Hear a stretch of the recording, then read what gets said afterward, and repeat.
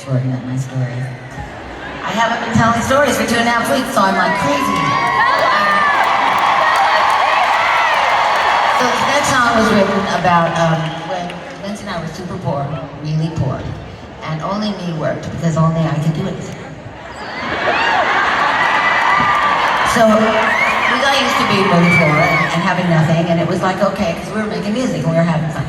So anyway, it got to this point where we put out the Buckingham next album, and it just didn't really do anything, and we were disappointed, but we just had to keep on moving. So we started an album on spec, you listen, and that is like what people do when their record tanks. You do a spec album.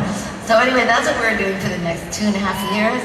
Then we got this phone call from Mick Fleetwood, and he said, this was the first day in 1975, and he said, so can we meet you and Lindsay? And I knew secretly that all they wanted was Lindsay, so I was like, well, I don't know, I'll ask Lindsay.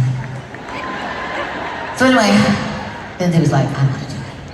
And I'm like, we're doing it because I'm tired of being a cleaning lady, and I'm tired of being the only person that works. We're doing it. So I did, right? I said, why not? And Waddy said the same thing. Don't pass this by. So anyway, I said, okay, excuse me, I'll be right back. And I'm like, okay, we would love to meet you. So we met them for a free meal, free Mexican food meal the next day. January 1st, 1975. And they had told Christine that if she did not like me, then Lindsay and I were off the table. And so she's like, hey, well, then I'm sure I'll probably like her. Whatever. So anyway, we met, we had a great dinner, and we laughed, and we had the best time. And Chris and I were like that by the end. So little did I know, right? So we were besties as we walked out to our terrible cars. And anyway, so that was, we got really rich really fast. We went into making an album, and we were just in rehearsal, and we got $200 a piece a week each.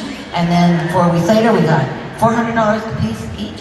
And then 4 weeks later, we got $800 a piece each, and I took every penny of it and put it in my purse. I was the money man. And so, all the money was mine. And, because that's how we were going to say it, right? So anyway, it was like, okay, good. And then my mom calls me one day, and she goes like, so, how much money are you making now? A week? And I said, well, $800 a piece. That's $1,600 a piece. She goes, well, are you, what do you do? And I said, well, we sign our name. We sign our initials, SN. She's going like, how do you feel about jail? I'm like, what are you talking about? She goes, you know you have to pay taxes on this. You have to have receipts. You have to have this all worked out. And I'm like, Mom, we didn't have enough money to even think about filing before January 1st. It's just going in the summer. And she goes, it doesn't matter. You can't do that. So she said, you better hire somebody. So we did. And we have a firm that we still have, by the way. That's why Lindsay and I are the only ones that have any money left. The truth be told. So anyway, this was me going from so poor, cleaning lady, waitress, to having so much money I just didn't even know what to do with it. And so, as Mac went on a tour, and we did the first tour, and we were making really good money. Like, by the end of that tour, we were like $500,000, half a millionaire. Combined. So, as it went along, I used to be like, kind of miss those times. But, kind of. And so, I used to take my mattress, anybody that knows me knows this story so well. I took my mattress off the floor, put it on the floor, off the bed, put it on the floor.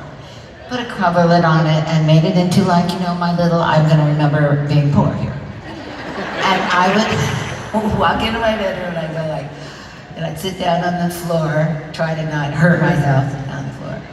And I go, I am still Stevie.